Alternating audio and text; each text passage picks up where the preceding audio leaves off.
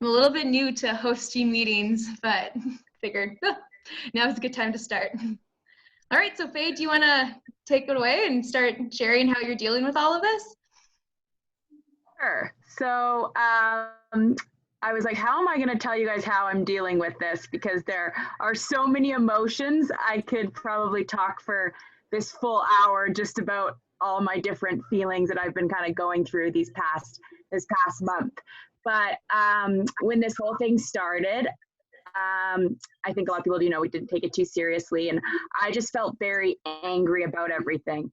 I was just really, really pissed off, and I was so determined to not have this, affect my life. So that's why I picked up my bags and made my boyfriend come to the middle of nowhere. We left Manhattan a month ago now, almost. And I've been living in Airbnbs, just determined to kind of pretend this whole thing doesn't exist, which hasn't really been the best coping mechanism. And I think that once I was able to kind of accept the fact that this is our life now, I've been kind of able to just sort of embrace that. So yeah, I think that it's just I've kind of written lists every day of things I want to accomplish, things that make me happy, and just sort of taking enjoyment in the little things in life. So I've been doing, if you guys are following me on Instagram, I've been doing little posts, sort of silly things, but enjoying a cup of coffee and getting to go out for hikes and just enjoying the simple things in life, even just having time to have a conversation over the dinner table with the person that you love, I think is just kind of keeping me sane. But yeah, in terms of training, initially I was well, if there's no races, what's the point? I'm not going to train. I'm someone who's very extrinsically motivated. I've been competing my whole life for pretty much for very big reasons. I started running because it was really my way into college, and it's a way to make a living. And so when it was taken, if I'm not going to have all those extrinsic factors such as winning races and money and I don't want to train. I don't want anything to do with training. So yeah, I did have a couple days that I just sort of took off. And what I realized is that was definitely not the solution. So I decided to, regardless of no races being in sight, I decided to get back running and training. And I've been feeling better and better, and finding that I actually do have some intrinsic motivation that I never really thought I had. So I guess to sum up the experience for me is, I guess, accepting the fact that we're in is key. And also just realizing that, we talk about training, but it's not all about performance. There's a huge health side to it, and it's really good for your sanity. And, finding different reasons of what running and training really means to you is, I think, really, really important. Don't know really what else to say. I think that kind of sums it up without getting too, sharing too much about some of these stories that have sort of been happening to me in the past month. I've had everything from called my mom on top of a mountain because I got lost and just cried and basically was telling her all the prize money I lost and my boyfriend's job and this and that, and just getting really angry about it. But I really just don't think that helps. I think that it's better just to sort of live simply and enjoy the small things and not feel the need to control every single week, every single month, every single, decision you make. Just be able to go with the flow. And I know for me, I'm not a hippy dippy go with the flow kind of person. So this is a challenge for me. Yeah. So is that it, Faye? Yeah. My experience has been the complete opposite. So I am a very injury-prone athlete, and not just in the last little bit, that's been my entire career. In 2014, I became a really fast runner. That was sort of my breakthrough year. 2015, missed Worlds with an Achilles injury. Cross-trained basically from the summer of 2015 until the Rio Olympics. I was running, of course, from time to time between, but it was always like, oh my God, is this going to work out? This is so stressful. Like, I'll do anything to make it work. And so I was spending hours and hours and hours in the pool and in rehab and this and that, and it sucked. And I thought that that was my Rio Olympic story. That was that. It worked out. I made it. Great. It was worth it, but it wasn't fun. And then 2017, I got a concussion running into someone at practice, and I fell over and hit my head on the track. So then I lost another few months. Great. 2018, I forget what my injury was that year. Probably my Achilles. I think it was my Achilles again. 2019, the last year. Oh, another Achilles injury. So in between all of these huge injuries, and these aren't like a week off. It's like, oh, no big deal. No, I just won't run for 6 weeks. Like, great. I'm just going to cross train like crazy again. And that's been the story of my entire track career. And I think that one of my best talents as an athlete has been that I've somehow been able to maintain fitness really, really well. And I have a really good like therapy staff's not the right word, like therapists and coaches and strength coaches and stuff behind me. And so I'm able to come back from these injuries and still make things. Like I've run Olympic qualifying times after 3 weeks of on the ground running, after 2 months off with an injury, that sort of thing. So that's my superpower. But my kryptonite is that then I get hurt again and hurt again and hurt again. And I'm lucky because I'm still able to like live the dream, but I've been pushing so hard for so many years, and it's not fun all the time. It's not how I wanted my career to go. And so right now I have another Achilles injury. It's almost over. I'm almost at the walk run stage, but it's the same story. And I've been really bummed that that was going to be my 2020 story as well, was another injury and another, like potentially my last year a competitive track was going to be spent 80% in the pool or on the elliptical or whatever. And it always sat really poorly with me that I've always wondered, are these injuries my fault? Like, I have always pushed and I've pushed and pushed and pushed and I've come back really quickly, and that's great, but it's just throwing duct tape on things. And I fill my plate really high. Like, I really like doing things. And so I'm always, I don't know, working and volunteering and baking cookies and stuff. Like, I'm not a very chill person. And so I've always wondered, well, maybe if I just foam rolled for 15 minutes a day, this wouldn't have happened. And that's why we put scheduled foam rolling in all of your programs. But was this my fault? And am I going to end my career with regrets? And that sucks. And so I've been gifted this redo this year where for the first time in my adult life, I'm not going to race this summer. And so I can take things really, really slowly, and I can build up properly for the first time ever, and like take care of things and take that duct tape off and get out of shape and build back into shape, and hopefully like super compensate and have this season that I've always wanted and dreamed of and whatnot. And so to me, this is like, I feel so lucky that I've been given this gift of time, and I feel almost guilty for like, why did I get this? I'm only getting this because people are suffering, and that's terrible. And I hate thinking about that, but bad things happen during good times. So I guess if I can find a silver lining during bad times, then that's fair, I guess. So that's how I'm dealing with it. I'm actually pretty good. And so I feel very lucky in that regard.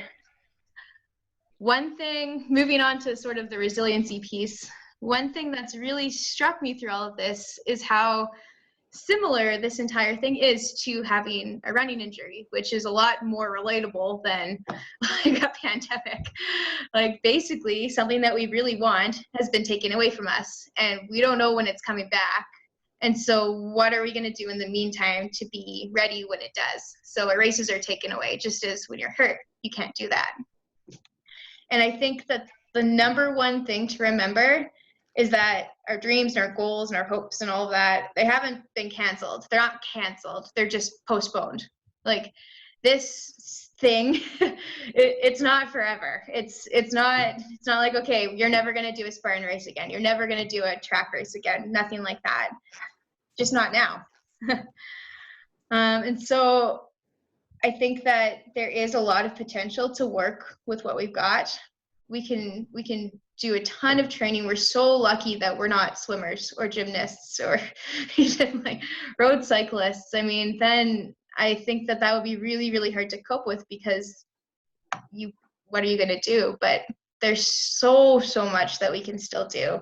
And so I think it's important to not focus on what's been taken away. Rather, doesn't matter. Like, there's nothing you can do about that. Stay narrow-minded on what you can do. I think it's important to come to terms with the idea that races might not happen this year. And I know that a lot of us have talked about, okay, well, maybe in August they'll happen, maybe in September they'll happen, maybe in July they'll happen. They might not. But to cope with that, one thing that I find helpful is to think of the worst case scenario. So, I mean, of course, assuming like the true worst case scenario, which is sickness and whatnot, doesn't happen. I'm strictly talking about sports here. Worst case scenario is, okay, so there's no races, but we're still able to train. And if the worst case scenario happens, then the outcome is you're fitter, you're healthier, you're a little bit happier, right? Like, exercise it's a very healthy thing to do. And so that's kind of lucky that your hobby happens to be something that betters you. So if the worst thing happens and you don't get your race this summer and your goals were racing, then that's not such a bad scenario. I mean, you're still benefiting. I think it's also a good idea. I mean, you guys are all working with us, so you're getting something out of the stability of a training plan. I mean, there's lots of online workouts right now, but you see value in having a structured plan that's progressive and it's made for you. And I've been doing some online training right now too, because my strength coach that I meet in person all the time, she's put my program online, and now we're working through like the internet and stuff. And I'm really happy that it's profoundly satisfying to hit workout done. And it's taken the guesswork out of, oh, am I doing enough? Am I doing too much? Am I, like, going back to the foam rolling thing? I asked her, like, look, this is not working. I don't want gaps anymore. I've been gifted time. Gaps are gifts. That means that there's something you can work on to make yourself better. Can you write me down like a little mobility thing every day, which I'm very capable of doing myself, obviously, but having someone else do it to me was very important. And I follow it to a T, and it's so satisfying because it's giving me structure when there is no structure. And that, I think, is, for me anyway, is quite valuable.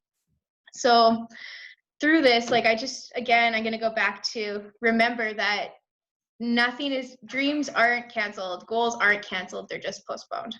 So what are you going to do in this time that you've been given to make yourself ready for when those goals become reachable and visible again? Okay. Faye, do you have anything to add? Yeah, I just think maybe talking about like some tactics of what training, looks like now, and how we can help you guys, make it the best part of your day, and not like an added stress that you guys need to do, and not like a more miserable thing in this miserable time. Can you hear me well? Just my bandwidth is low on my computer, but can you hear me, Jess? Perfectly. So yeah, so like I've been doing a few challenges, and I know we did that High Rocks challenge. And the first thing, when I frantically left New York a month ago, I was like, all right, since I'm not racing, I don't want to do these bunch of workouts, because these are the workouts that I hate the most. I know they're really, really good for me, but those are my key workouts that I just don't have the motivation to do right now, because they're the workouts I only can get through if I have that extra urge of knowing that this is going to help me win a race.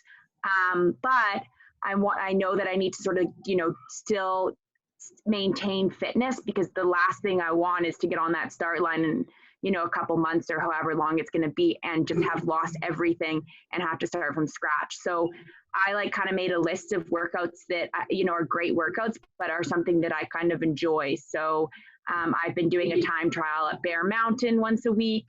I've been doing once a week max rep pull-ups, like very simple things, but they're almost just kind of like fitness checks for me. So I can kind of check the box being like, my time trial up Bear Mountain is within 10% of how it usually is before I get ready for world championships. My pull-ups are 2 reps lower than they normally are when I'm in peak strength. So just little checks to keep me motivated, because I think what we all need, and I've noticed this is been the biggest change since I've started working with OCR athletes, and since I've started becoming an OCR athlete, is we're all so obsessed with stats. We've got these watches and we're just like obsessed with them, and we can't let it go. Like, we can't just go out and run. We need to make sure we're improving. So just because there isn't a race doesn't mean we can't run against the clock. Totally. We can't work. Have these, we can still have these tests or time trials, and we can make them whatever you want. If you want to, you know, torture yourself, and we can give you a 10-mile time trial and really figure out what your aerobic capacity is. If you want something fun, we can, and functional, we can say, let's see how well you move. Let's see how many burpees you can get done in a minute. We can be as creative as we want. Because we're not necessarily training right now for a specific race, we're training for overall fitness. And the neat thing about OCR is it really is about overall fitness. So we can have a little less rigid, like for me at least, life is pretty freaking boring right now. I'm used to the excitement of Manhattan, and it's a little bit dry right now. So I need to sort of have spicy training. And so I've been having fun and doing these challenges. So my point is, if there's anything, you know, that you guys want to see more of, less of, do more, and you're like, this is the time where we're not going to be like, sorry, that's not going to help your ultra New Jersey beast in 2 months. We're not going to do that because we're in this phase. We're going to be a bit more flexible with you guys. So if I were you, I you know, take advantage of that. And yeah, another just sort of tactic that I've been doing is, because this is a stressful time, and, you know, like Jessica and I's races / careers are postponed, but like, I don't need to get into all of your guys' lives and hear all your guys' stresses, but I'm sure there's bigger problems than that. And there's huge people are having financial stresses, and hopefully no one's dealing with someone who has it and who's not breathing properly, but these are very realistic things that are happening. So we need to take the stress out of workouts. And for me, what I've been doing is I've been taking my watch and just starting it and just running off time. So I actually can't on my watch see pace, and I can't see distance. All I know is that I know that today I ran for 51 minutes. Yesterday I ran for 78 minutes. And the day before, I can't remember, but that's all I know, because I don't need that right now. Life is stressful, and I don't need any extra stress. It's just going to make the problems worse. So sort of tactics like that, you know, we can do as well. But I don't know. I just think I can't stress enough. I've been harping on my boyfriend, like, you got to get outside if you can, and you got to get some fresh air. Like, it's this whole depression and being inside and not getting sunlight, I mean, is very real. So just, yeah, take care of your guys' self and focus on things you can control, diet and all that stuff. I mean, you all know this, and Jessica and I aren't doctors, but it's not like it's been a 2-week vacation where we can just drink our faces off and not run. And that was kind of my initial approach, to be fair. Like, I was like, oh, I'm just going to shut her down for 2 weeks, drink a bunch and enjoy myself. And now I've had to be like, well, no, we're in this for months, and that's a very unhealthy, depressive behavior, and that just can't happen. So yeah, I think that's all I have on that. One thing that, oh, sorry, Faye. Anything else? Do you guys have questions? Oh no, I've still got some more, Faye. One thing that I wanted to add to just my injury talk is, through all of my cross training and stuff, and guys, like, I can't even tell you how much I've done and how it's been like my entire, like, I probably spent more time on the elliptical than on the ground.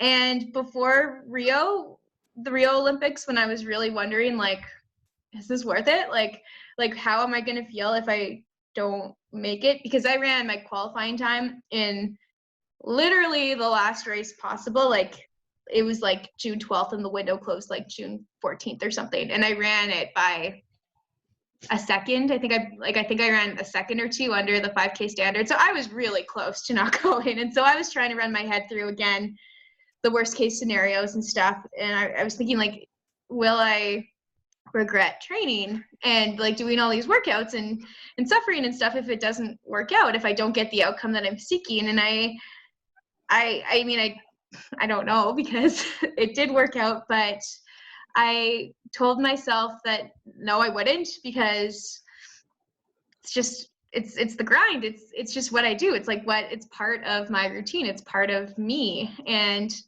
if I don't achieve this goal that I've set for myself, that's okay, because the process was, I'm not going to say it was the entire reward, because that's a lie, but it was rewarding enough to justify the effort, I would say. So hopefully the exercise that you're doing right now and the training and whatnot is worth the effort, even if the outcome's unclear right now.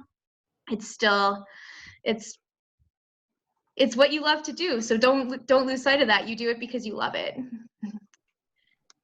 Anyway, I have a few healthy tips before we turn to questions. So many of you have gone back to a bit of a base phase, and a few of our newer athletes were just sort of continuing this base phase of training. So base being aerobic training, like not a lot of like fast speed work, maybe some occasionally. I think it's important to touch everything all the time, but your long runs are fairly long and your intervals are long, and we're able to do workouts right now that we wouldn't be able to do at this time if you were racing. And these like long, kind of grindy aerobic workouts are really, really important for building fitness. Like Faye always says, the bigger the base, the higher the pyramid, or the higher the peak, which I think is a great expression, because it's true. And a big aerobic base takes years and years to build, or months and months. And often in race season that gets neglected out of necessity of races and whatnot. So this is a gap and a gift that you've been given, is that by doing this training now, which we wouldn't have had a chance to do if you had 5 races on the schedule in the next month, that's awesome, because these are training gaps that we'll be able to address now, and they will make you fitter and pay dividends later when the races come back. And so in that sense, that's lucky, and that's pretty cool to see how your fitness and body will change from changing your training slightly, as opposed to always racing, always recovering, yada, yada, yada. A note on training. So a lot of people are wondering, is it even safe right now? I've seen that on Instagram a lot and in the news, and people being like, oh, all these runners outside, da, da, da, da, da. Like, obviously, social distancing is a must. Like, I think it goes without saying, don't run close to people, whatever. But exercise is also hard on your immune system, or it can be if you do too much of it. So I drew this picture. This is called a J-shaped curve, and it is the relationship between exercise and immunity. So it's kind of blurry, but this is likelihood of getting sick, and this is amount of exercise. Good, bad. So doing a moderate amount of exercise improves your immune system. So that's great. Doing a ton of exercise, being really chronically beaten down and overtrained, starts to weaken your immune system. So that's why really, really, really trained athletes often get colds, like, or catching a virus or something right before a big competition. It's because you're tired and beaten down. So I really recommend that you don't overtrain right now. I mean, if every workout you do is a 9 out of 10 instead of a 10 out of 10. I mean, not every day should be a 10 out of 10, but just dialing it back. half a step. I think that that's probably a good thing in terms of immunity and overall health. What that looks like is different for everyone. If you're a really trained athlete, a moderate amount of exercise is much more than a brand new athlete. Also recognizing that stress is stress, and if your life is extremely stressful right now, then maybe dial training back even more, because your body can't discriminate between different types of stress. So remembering that. It's also good to know that the best way to keep from getting sick is to wash your hands, which goes without saying, but this is kind of a cool story. Prior to the Vancouver Olympics, I think, the Norwegian Olympic team was really upset because like 30% of their athletes caught colds in the Olympic Village. And so they developed a super secret, healthy, anti-cold, like immunity, foolproof, super secret plan. And the plan was literally washing your hands and don't be around people who are sick, and washing your hands more. And something like 30% of athletes were sick in the Vancouver Games. And then in Torino, next ones, I think, 5% of athletes were sick. So it worked crazy good. They published a study on it. It's common sense, but it's really interesting. Another important thing to not overlook right now is staying injury-free. So if you suddenly find yourself with more time and you're like, great, now I can push my training, like that's what I've been waiting for. Let's go like log a ton of mileage, or I've always wanted to do that that sprint up a mountain or something like that. Be disciplined, because there isn't a lot of access to therapists right now. Some are doing telehealth, and it's actually quite good. And it's like, I think it's a great idea, because through telehealth, you're forced to learn like self-treatment skills. Like your therapist is forced to teach you how to like deal with your own issues in your own body yourself, which is quite empowering. But ideally, we won't get there. So don't take unnecessary risks just to run off emotion or just because it's fun. Try and dial it back. And on that same note, if a trail is really rocky or a little bit sketchy, just be really, really careful. Like a rolled ankle could have you out for a few weeks, and like no one wants to deal with that right now. So just everything in bubble wrap. Live your life how I live, which is bubble wrap all the time. It works kind of. And then finally, I think it's important to acknowledge that there will be good days and there will be bad days. It's not like this all the time, and it's riding the waves. Like the day the Olympics were canceled, I just told you guys that I'm as happy as can be, which sounds ridiculous to say.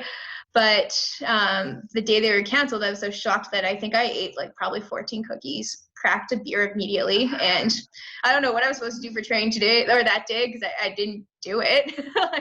It's just like, what is life? I don't know.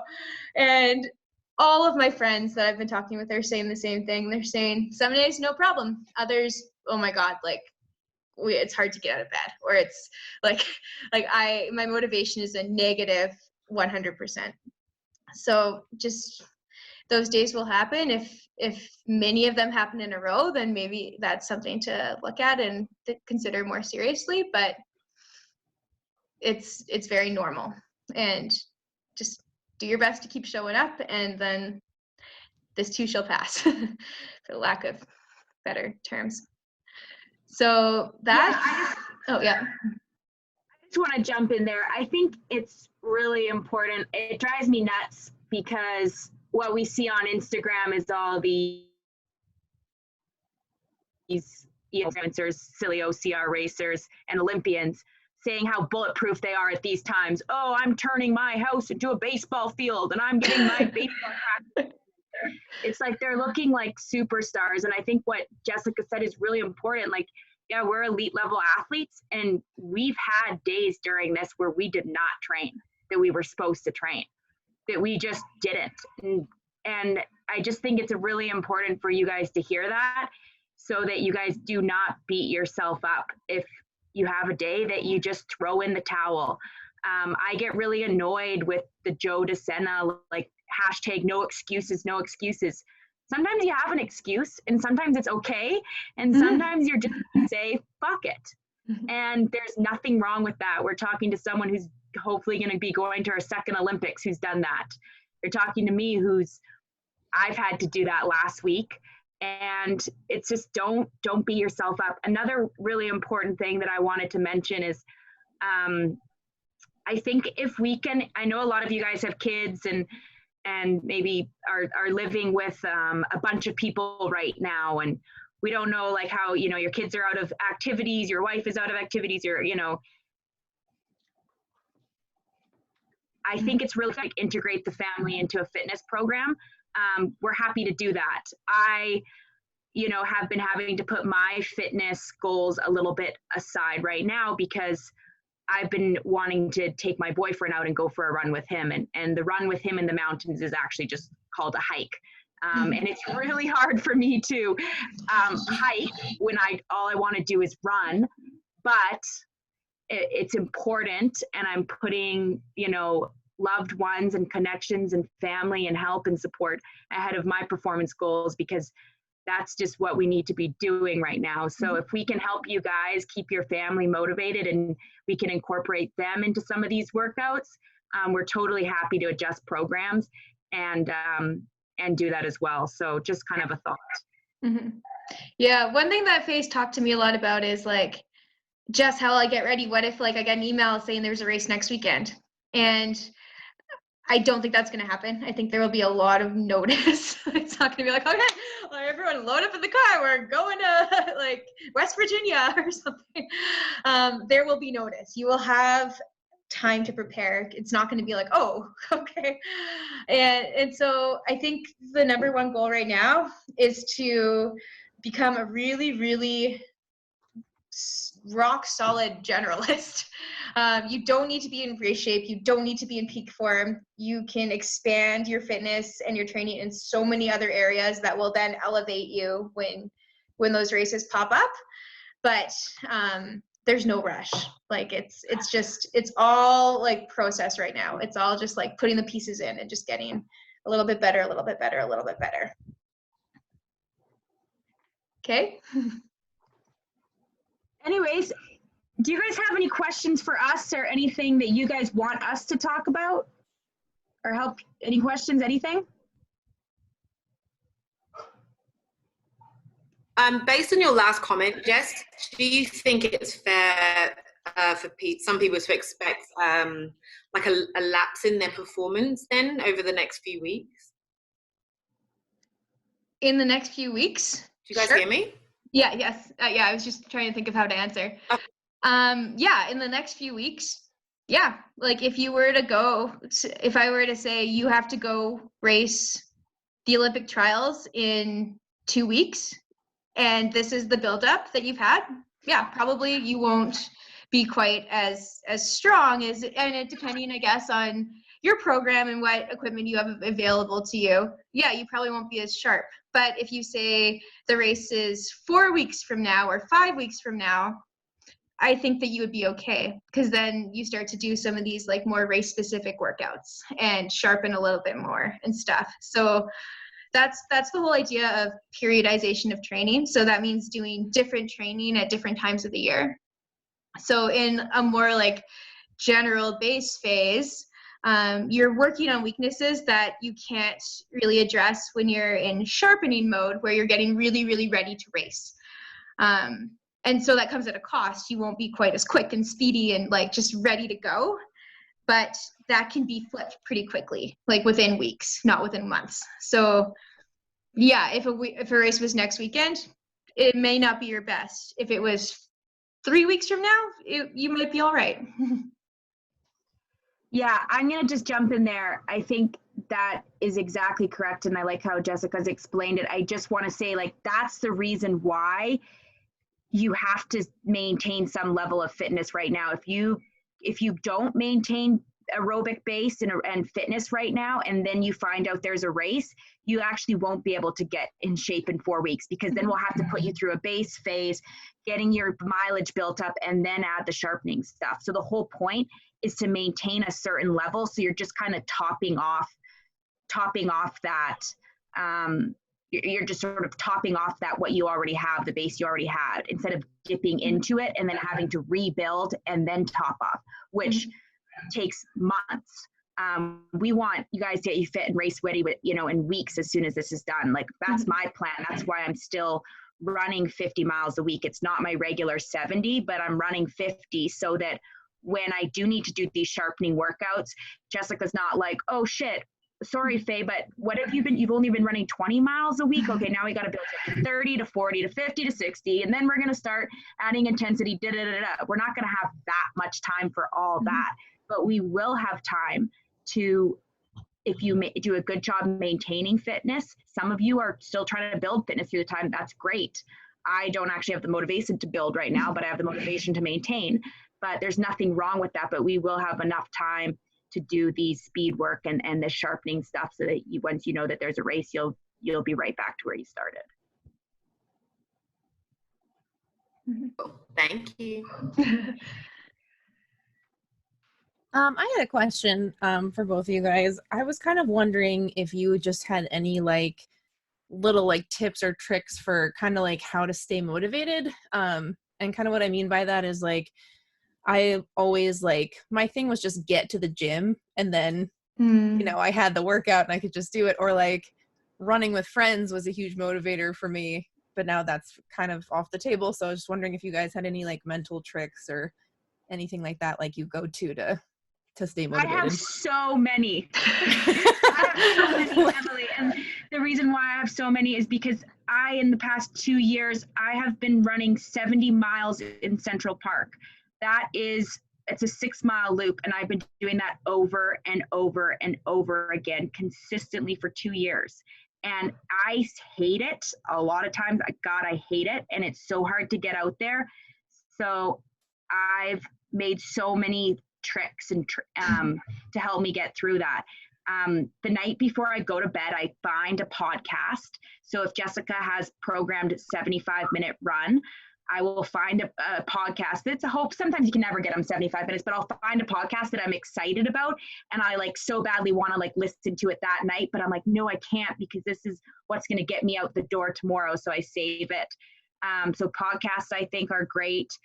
Unfortunately, I usually have training partners that I meet. So that's just, I have to be there or they'll leave without me. So, but we can't train with people right now. So I think if you have a bit more time now, if you guys can drive to some place that sort of gives you a little bit of inspiration, find a trailhead that's open and just find a different route. That can be so refreshing. And then once you find all these new places to run, then you just kind of have a log book of all these runs. I call them runs that I need to do when I have zero motivation and want to retire as an athlete. So I literally am I don't want to run today. I want to retire. I want to throw in the towel. And then I go to my book of really fun runs. And then I just make a drive. Usually I have to rent a car to go and do all that from the city. But honestly, sometimes it's worth it, because sometimes you just need a change of scenery. So any other ones that I do?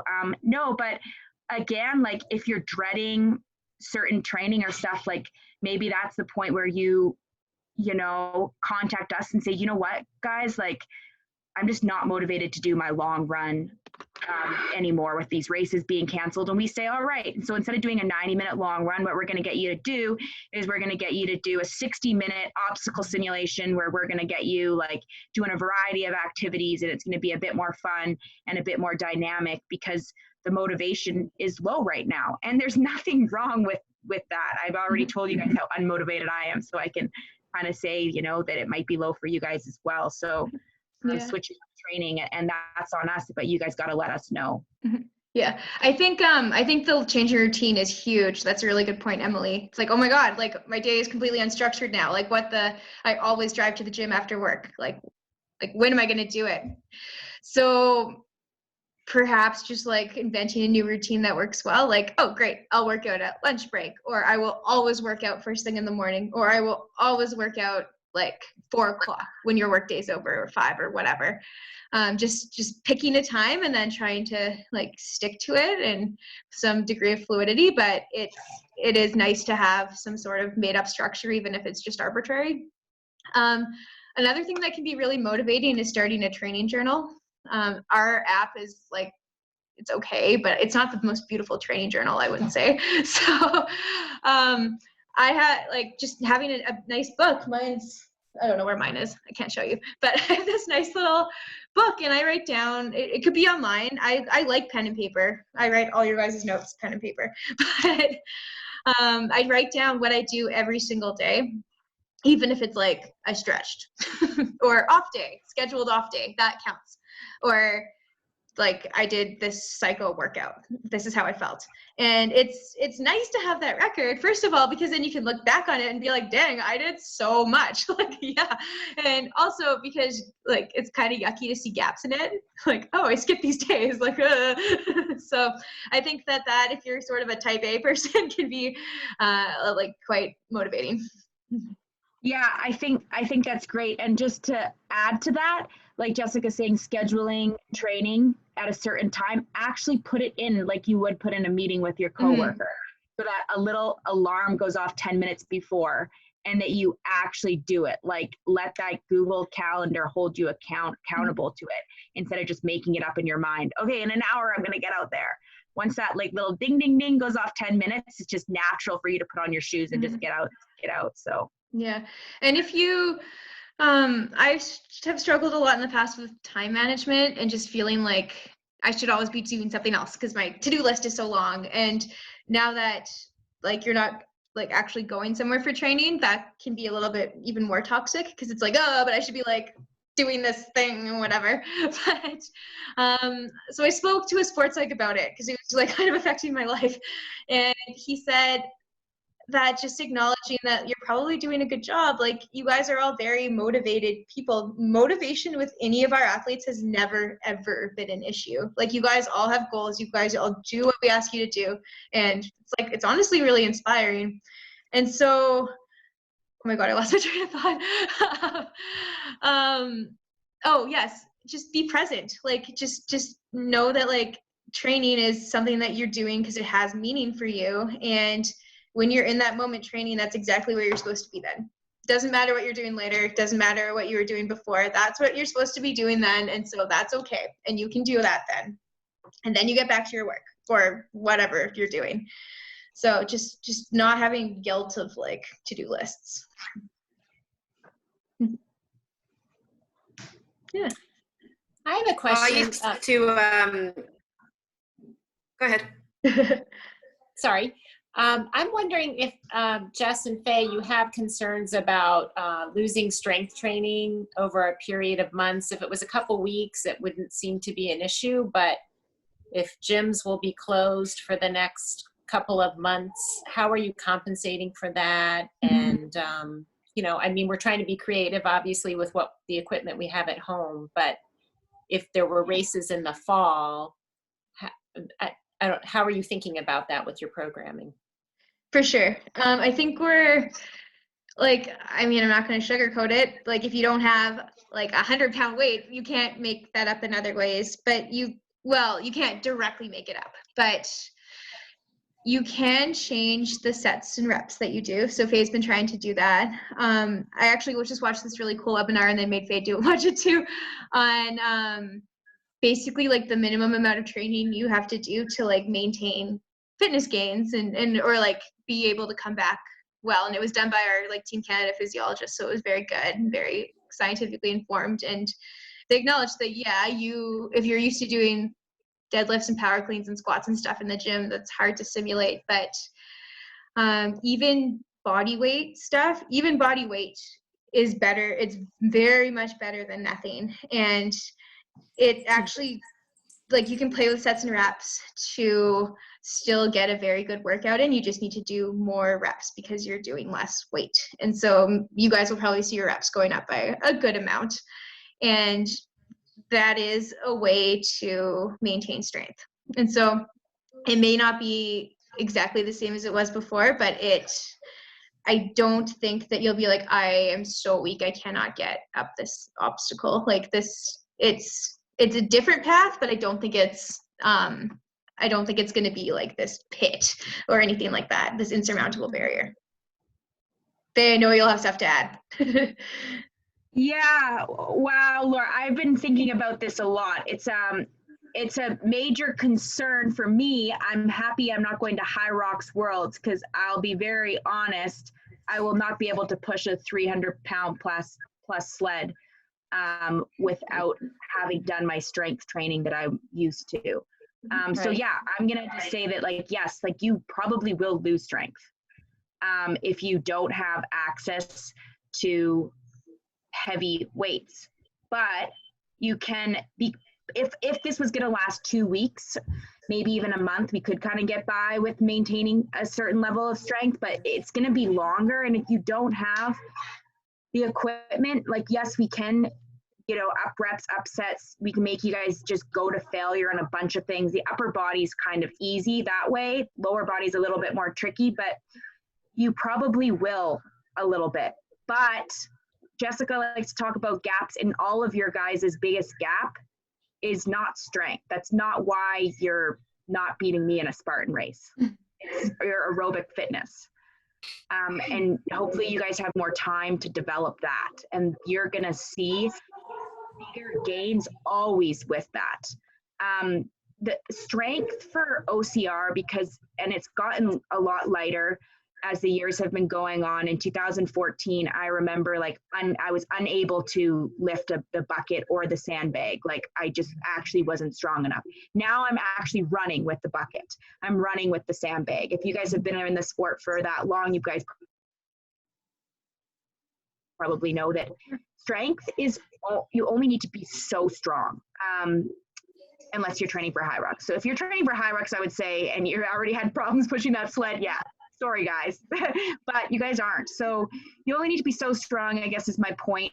And the strength training right now that you can do is for injury prevention. So the glute work and even just doing body weight exercises like Jess said, yes, they will maintain your strength to a certain point, but they are gonna make sure that you guys are muscles basically aren't just turning off, and all your stabilizers and everything aren't just saying, all right, we're done work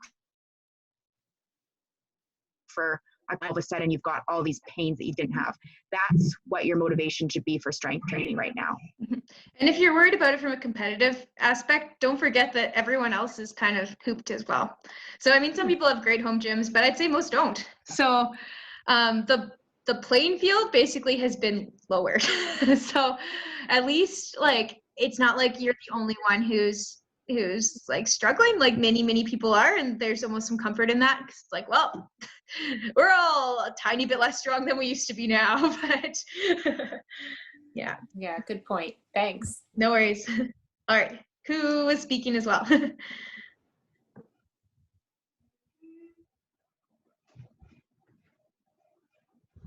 Anything else? I was just going to make a comment when you were talking about that long miles, but I used to motivate myself by do 3 miles. Every 3 miles I'd run, I'd be able to have a pancake at the end of the week. So if there are like little treats that you guys like, accumulating some mileage and kind of getting out of the door and then associating it with a little prize at the end was one way that I kind of got myself out of bed and started to do running. So. Yeah, I love that. Yeah, I love that. And I think that brings up a really good point, is like, your motivation, you can draw motivation from anything these days. Like, I never thought that I was a vain person. And I realized I'm like doing just a whole bunch of crunchies and planks and sit-ups. And I know I'm doing it because my motivation is actually coming from my visual appearance now. And I'll be completely honest, like, I've never really thought about that before because I just train for performance, but I'm having to figure out some sort of motivation. So I'm like, oh, I still want to look good naked. So I'm going to do this exercise. And normally I would not condone that type of motivation, but now, you know, it's getting me going, and there's nothing wrong with that. So I love that story that Marie's told, and I think that you guys should just find motivation in a variety of different ways. Mm-hmm. Another good trick is if you're like, I don't want to do this. If you put your running shoes on and say, okay, fine, I'm gonna go for a run. After 5 minutes, if I hate this, I will turn around and come home because my body's telling me something. I can pretty much guarantee that you'll never turn around and go home. It's like the getting out the door. That's the hard part. Somebody also mentioned that, I think it was you, Faye, about podcasts. So I don't know, I mean, this is probably for everybody in the call, but if anyone has any good recommendations on some podcasts that they've listened to, whether it's like on sports related stuff, and also any kind of, I don't know, Netflix or Hulu series that have any good sports or running subjects, like it would be great to be able to share those with each other. I just finished Love is Blind. I've been watching it on the elliptical. Yeah. But one of the Running Public, I think that's what it's called. It's Bracken Crackers and Kirk DeWitt's podcast is good. It's for once not just like all about OCR gossip. It actually has some really good training principles in them. Thank you. I've really liked, I almost need a break from sports and stuff when I'm exercising. So I was listening to a podcast on multi-level marketing called The Dream, and then like watching Love is Blind and stuff like that, because that sort of mimics running with my girlfriends to me. Just like, it's like escapism at its best. So again, there's no right and wrong. It's just whatever speaks to you. If you guys are into data and statistics, I listen to the Whoop podcast, and you don't need to be wearing a Whoop band to necessarily enjoy it, because like if the podcast is 45 minutes, a good 40 minutes of it is talking about like body physiology and like data and like exercising, and they've had a couple pieces on like fitness and COVID recently, and then only like the last 5 minutes is about like related to Whoop. But it's, yeah, if you're into geeking out on statistics, you might like it. Cool. And everyone's saying that they Said it's called The Whoop? It's really, really good. Yeah, WHOOP. Oh, It's thanks, like, guys. it's Whoop. yeah, Whoop. It's like the band. So I don't know if you look it up on, like, if you're not familiar with it, it's like yeah, it's just statistics on like on your body. So there's no watches or anything on it, which is kind of cool. Gotcha. Mm-hmm. There are people writing in the side chat a couple of different podcasts. So Science of Ultra is also really good and physiology focused. So cool. That's awesome. Right now, literally everything's online. So if there's any topic that you're interested in, like guaranteed you can find a webinar or a podcast or something, which is awesome. Like I've watched so many lectures on like exercise physiology and whatnot on the elliptical as well, which is where I spend all my time. And it's really cool. It's nice to exercise your brain and just keep it active. Oh, and Finding Mastery with Michael Jervis. I was going to add too, you know, the first time I heard y'all was on Matt B. Davis's podcast, the ORM, Obstacle Racing Media Podcast, and he's pretty good. Mm-hmm. He's pretty comical and a little bit out there, so it's entertaining. Yeah, that was a really fun one that we did. He had a good banter. I liked him. Oh, and Matt says there are lots of true crime podcasts. Very entertaining. Which I love. Yeah, I love the true crime. Everyone's been watching Tiger King, which was also Joe Exotic podcast. If you ever listened to that one, that was really good. Nice. I think Faye's on a delay. That's why she's talking over people. Sorry.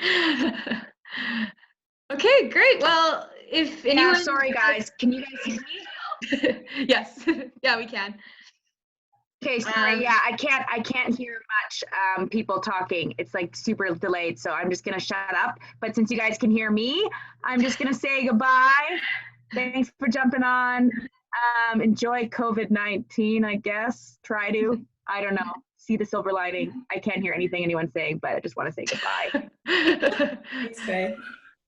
Thanks, Here at Faye. Grit Coaching, we run an online business and we're okay at computers. But, I just wanted to take a screenshot that we could maybe post because I think it's so cool that we can actually see each other. Like, I was excited. So everyone smile. Great. And I think that's it. So if you guys liked this, we can do another. Like, if you have any ideas for topics, send us an email. We would love to hear them. We can talk about anything related to training and science and racing, or anecdotes. If you want to hear me talk for a while, I don't know, anything you want. So just shoot us an email. And Faye wanted to make a team for Yancy Camp's 4x4. It's a virtual 4x4. So I believe she's recruiting people. We need 4 athletes who want to run a 400, and then we're going to make a team. So if you're interested, shoot us an email. We can talk about that. And I think that's it. So thank you so much for taking the time to show up and tune in. Like, really appreciate it. And it's just, this was really cool. So thank you. Thanks, Jess. Have a good day, you guys. Thanks for hosting this. No worries. Have a good Yeah, one, this has everybody. been great. Thank you. Thanks. Good. Nice to meet you all. You too. Yeah, same.